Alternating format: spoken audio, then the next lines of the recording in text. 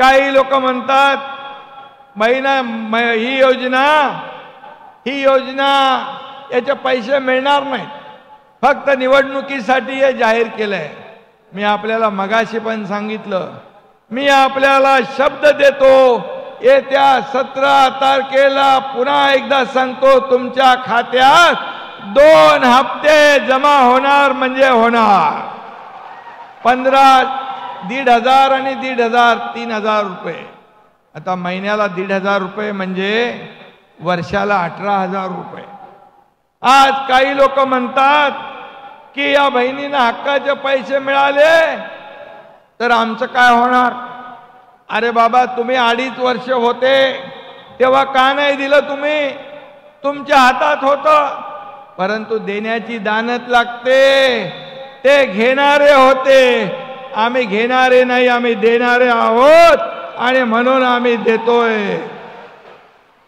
आणि म्हणून बहिणींना हक्काचे पैसे मिळू नये म्हणून योजनांवर टीका करतायत, कोर्टामध्ये कोणाला तरी पाठवतायत। कोर्टाने पण ते फेटाळून लावलं। माझ्या लाडक्या बहिणींच्या योजनेला स्थगिती कोर्टाने दिली नाही, त्यांचं अपील डिसमिस करून टाकलं। कोर्टाने देखील तुमच्या बहिणींच्या बाजूने निकाल दिला। मी कोर्टाला देखील धन्यवाद देतो। आणि या योजनांवर एकत्र येऊन यात्रा काढू लागलेत। आता मला सांगा, ही यात्रा आहे की या विरोध करणाऱ्या येड्यांची जत्रा आहे? हे आपल्याला ठरवायचं आहे। काही लोक म्हणतात 1,500 रुपये तुम्ही भीक देताय। मला सांगा, एक सर्वसामान्य कुटुंब, ही माझी बहीण एक आपला चरितार्थ चालवते, आपला कुटुंब उदरनिर्वाह करते।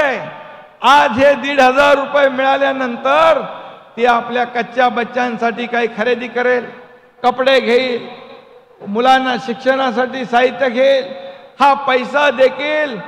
पैसा देखील या बाजारात मार्केटमध्ये गुंतवणूक होत राहील।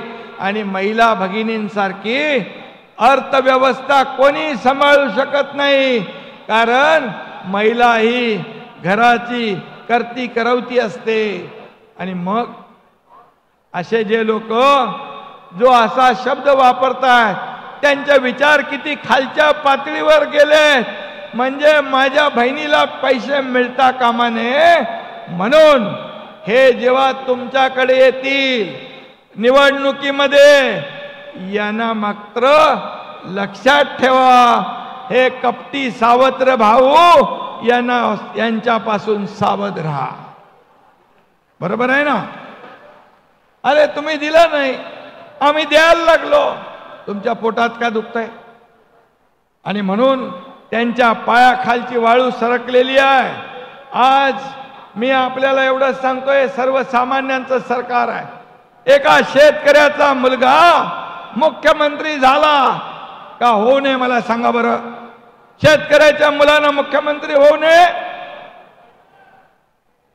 सोन्याचा चमचा घेऊन जन्माला आलेल्यानेच मुख्यमंत्री व्हायचं पाहिजे का? हे देखील त्यांना हजम होत नाही, त्यांच्या पोटात दुखतंय। अजून पण ते काही ना काही कुरघोडी चालू आहेत। आज सरकार पडणार, उद्या पडणार, 4 महिन्यांनी पडणार, 5 महिन्यांनी पडणार, परंतु तुमच्या आशीर्वादाने सरकार अजून मजबूत होत गेलं आणि सरकार विविध योजना सुरू केल्या सरकारने तुमच्या आशीर्वादाने।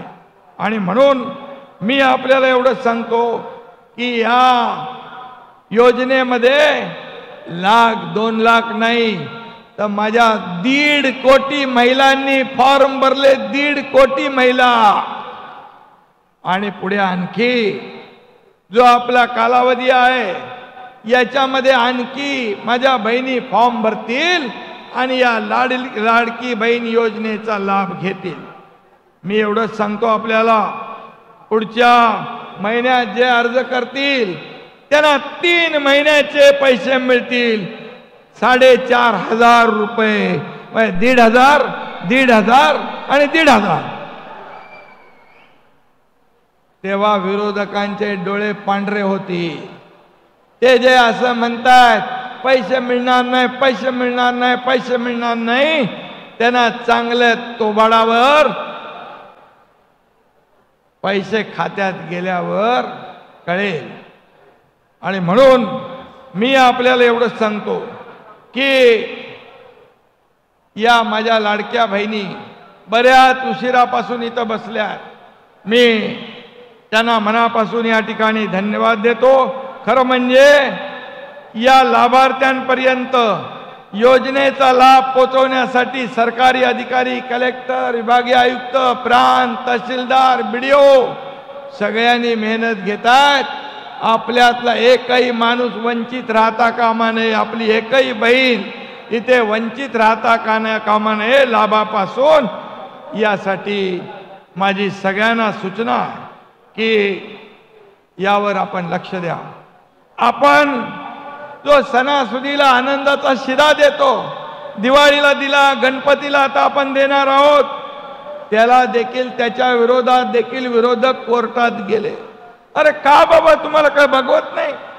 सर्वसामान्य गरीब माणसाला साखर, तेल, तूप, डाळ, रवा, मैदा हे मिळते का? तुमच्या पोटात दुखतंय? अशा लोकांना तुम्ही काय उत्तर देणार? अशा लोकांना बरोबर लक्षात ठेवा, ज्याला गोर गरिबाची जाणीव नाही, या सरकारला गोर गरिबाची, माझ्या बहिणींची जाणीव आहे।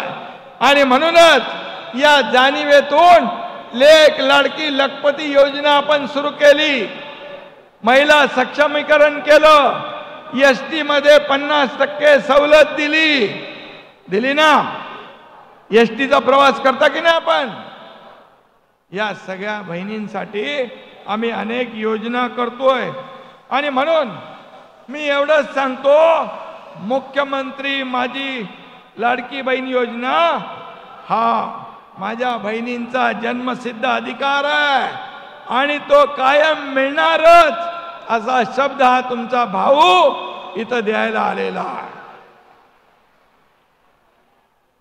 खरं म्हणजे या ठिकाणी ऑनलाईन ऑफलाईनचे अर्ज आपण घेतोय। कलेक्टर या ठिकाणी काही अडचण आहे, जिल्हाधिकारी ती बघून घ्या, कोणी याच्यातून वंचित राहता कामा नये याची काळजी आपल्याला घ्यायचं आहे। 17 तारखेला हे पैसे येण्यास सुरुवात होणार आहे। तर बघा, आता तुमच्यासाठी गुड न्यूज देतोय, त्यासाठी या व्हिडिओला जाता जाता एक लाईक नक्की करा। हा चॅनल प्रत्येक अपडेटसाठी आपला सबस्क्राईब करून ठेवा। आता बघा मित्रांनो, याच्यामध्ये ते बोलताना त्यांनी अजून एक गोष्ट सांगितली, ती म्हणजे की या ठिकाणी काही जणांना 3 महिन्याचे देखील पैसे भेटतील। कधी भेटतील? पुढच्या महिन्यामध्ये। तर बघा, आता आपण रात्रीच्या व्हिडिओमध्ये एक न्यूज पाहिली होती, जी की ही महाराष्ट्र शासनाचं माहिती जनसंपर्क महासंचालनाची ही न्यूज वेबसाईट आहे। याच्यामध्ये त्यांनी सांगितलेलं आहे, बघा या ठिकाणी 17 ऑगस्ट 2024 रोजी पुणे येथे कार्यक्रम होणार आहे। तर यामध्ये मित्रांनो, स्वतः मुख्यमंत्री असतील, उपमुख्यमंत्री असतील, त्यांच्या हस्ते ज्या महिलांचे अर्ज दिनांक 14 ऑगस्ट 2024 अखेरपर्यंत मंजूर होऊन शासनात सादर झाले आहेत, त्यांच्या खात्यामध्ये पैसे वर्ग होतील। तर बघा, आता 14 ऑगस्ट पर्यंत ज्यांचे अर्ज मंजूर होणार आहेत, ठीक आहे, त्यांना हा पहिला हप्ता भेटेल। परंतु आता मुदत आहे 31 ऑगस्ट पर्यंत। जर आता 14 तारखेपासून 31 ऑगस्ट पर्यंत तुम्ही फॉर्म भरला, ठीक आहे, समजा तुम्ही 31 ऑगस्ट पर्यंत फॉर्म भरला आणि तुमचा अर्ज काय झाला, मंजूर झाला 31 ऑगस्ट अगोदरच, तर तुम्हाला जुलै महिन्याचे पैसे भेटणार, ऑगस्ट महिन्याचे पैसे भेटणार। आणि लक्षात घ्या, पहिला हप्ता जो आहे किती, 14 ऑगस्ट पर्यंतचा आहे, ठीक आहे। 14 ऑगस्ट पर्यंत ज्यांचे अर्ज मंजूर होतील त्यांना पहिल्या हप्त्यामध्ये 2 महिन्याचे पैसे भेटणार आहेत। परंतु 14 ऑगस्ट नंतर ज्यांचे फॉर्म मंजूर होतील त्यांचे जुलैचे पैसे, ऑगस्टचे पैसे, तर ऑगस्टमध्ये लगेच पैसे भेटणार नाही आता, ठीक आहे। 14 ऑगस्ट नंतर जर मंजूर झाले तर ऑगस्टमध्ये लगेच कसे पैसे भेटतील? तर सप्टेंबरमध्ये ते पैसे भेटू शकतात। मग त्यांचा म्हणण्याचा अर्थ या ठिकाणी असा असू शकतो की ऑगस्ट, त्यानंतर जुलै आणि सप्टेंबर या ठिकाणी, तर हे 3 महिन्याचे जवळपास 4,500 रुपये या ठिकाणी मित्रांनो 3 महिन्याचे एकदाच पैसे जे असणार आहेत 1500, 1500, 1500। तर हे 3 महिन्याचे पैसे ज्यांचे ऑगस्ट नंतर ज्यांना या ठिकाणी पैसे भेटतील दुसऱ्या हप्त्यामध्ये त्यांना 4,500 रुपये एकदाच भेटू शकतात. कारण की 31 ऑगस्ट पर्यंत तुम्ही जर अर्ज केला तर तुम्हाला जुलैचेही पैसे भेटणार आहेत, ऑगस्टचेही पैसे भेटणार आहेत. परंतु 14 ऑगस्ट नंतर तुमचा अर्ज मंजूर झाला, ठीक आहे, 14 ऑगस्ट पूर्वी मंजूर झालेला असेल तर तुम्हाला 2च महिन्याचे पैसे भेटतील. जर 14 ऑगस्ट नंतर मंजूर झालेला असेल तुमचा अर्ज तर तुम्हाला 3 महिन्याचे पैसे या ठिकाणी भेटणार आहेत.